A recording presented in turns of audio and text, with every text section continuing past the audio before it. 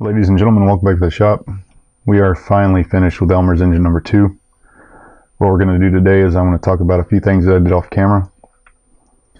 Then we're going to put it together and see if it runs.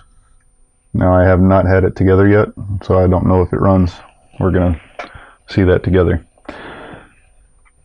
A few things that I did off camera was I made the base. It's just 2 holes to mount to the column, and then I beveled the edges. I also did the same bevel on the cylinders. Now this bevel on the cylinders is called for in the plans, however the ones on the base are not. I added the bevel on the base just because I thought it would look better. I also made the crank pins and set them in place on the crank discs. Made the pivot shaft, which has number 540 threads on each end, and then also the crankshaft. Both of these are made out of 1/8 inch brass that I got from the hardware store. If you use the hobby brass like I did from the hardware store, you're going to want to check it, because the stock that I got was actually oversized, so I had to finesse it down with some Scotch-Brite on the lathe to get it to fit. I also made the inlet pipe, which is just a piece of brass stock with a hole in it, and then I cut down a couple springs to the right length, and that was pretty much it that I did off camera. I also had to make a new flywheel, because when I was tapping for the number 540 set screw, tap broke off, so I had to make a new flywheel. But other than that, everything else was pretty smooth. So let's go ahead and get it together.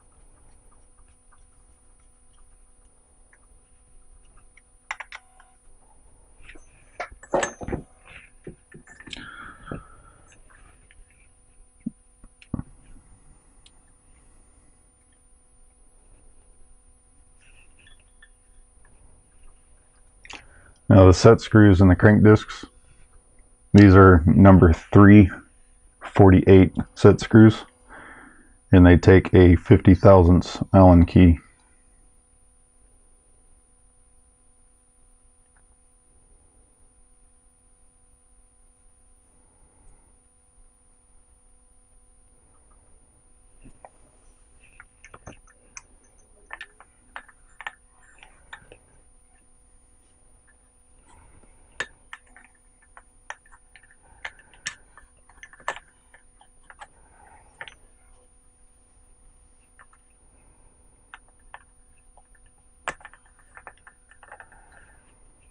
Now the crank discs, I guess you can put them anywhere you want, but I like to put them 180 degrees out.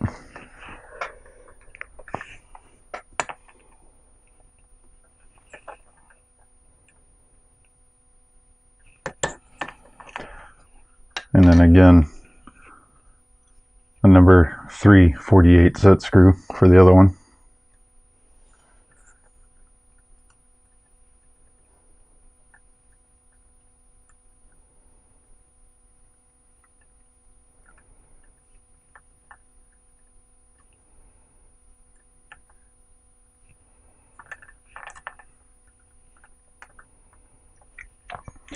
And then for the flywheel, I made this little pin, and this is what actually bears down on the crank instead of the set screw.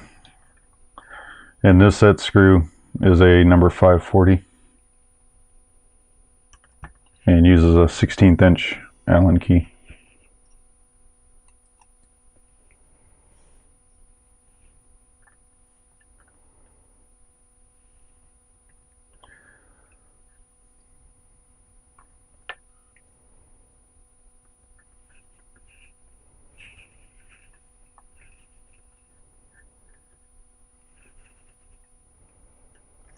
You know, I just try and center everything as best you can.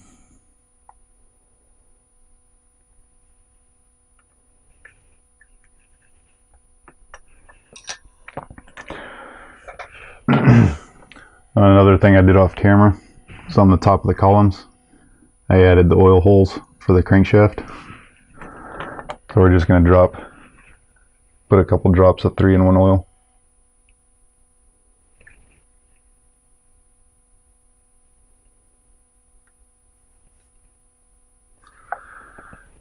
Now these holes are pretty small and the oil's too viscous to go down in there. So I'm just going to take the 50 thousandths Allen key, just kind of poking that hole a little bit to make sure the oil gets all the way down in there. And then what you want is for it to spin free and come to a slow stop. If it stops abruptly, then you have binding somewhere and you want to try and massage that out.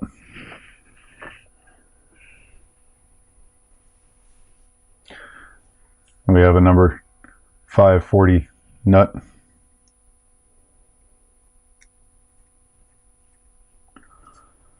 Quarter-inch spring, 3/4 of an inch long.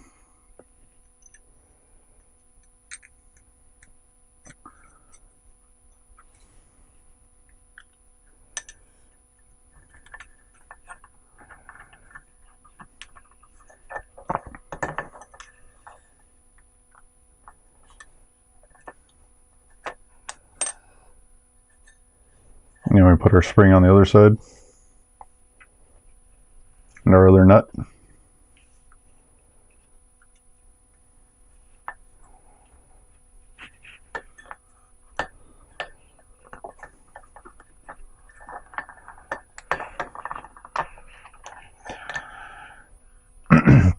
Now we can put in our pistons, and I'll put a drop of 3-in-1 oil on those.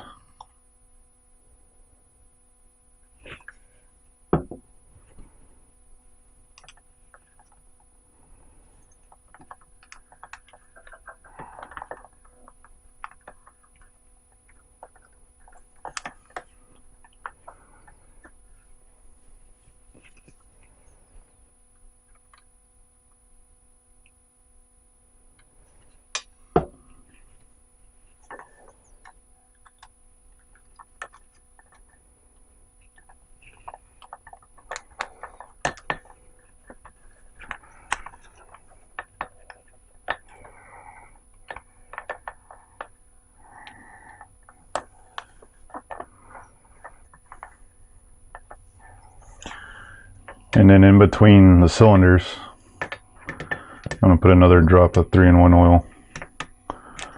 Just to lubricate those surfaces a little bit.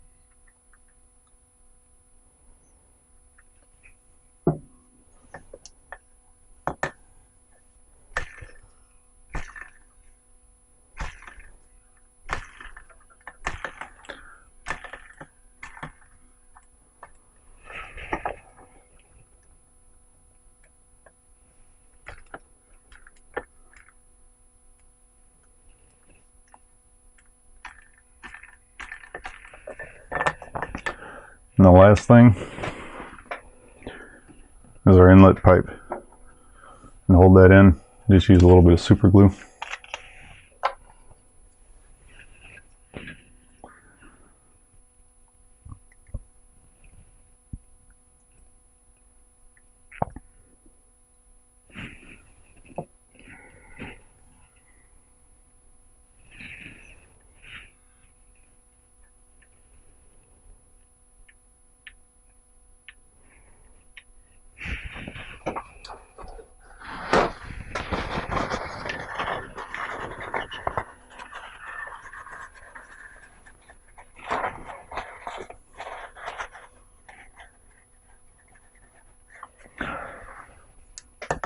And that's it.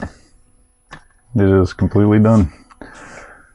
Let me get my air compressor set up, and then we'll see if it runs.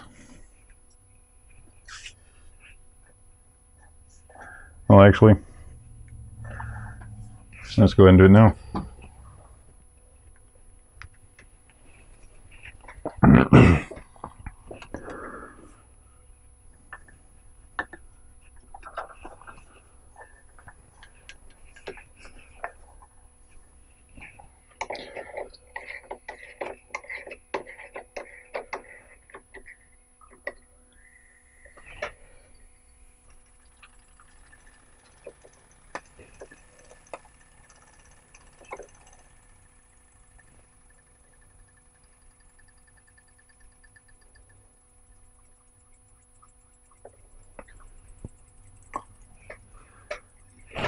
That right there is about 3 psi of air pressure. So she's running pretty smooth to be able to run that low.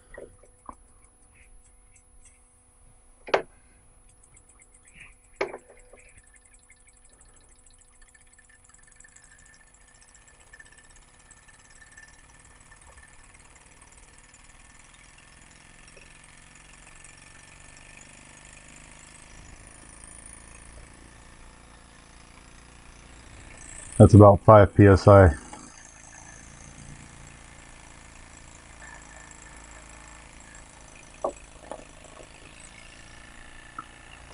She's chugging pretty good.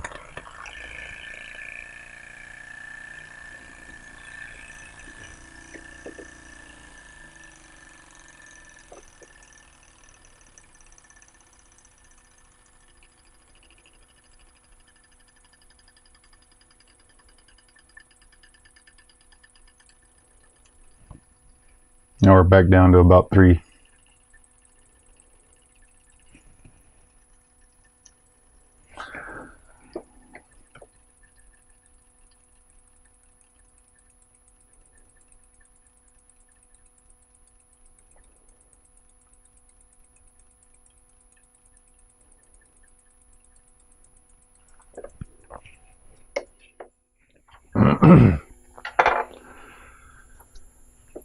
Alright, being I already have one of these engines, I am going to give this one away.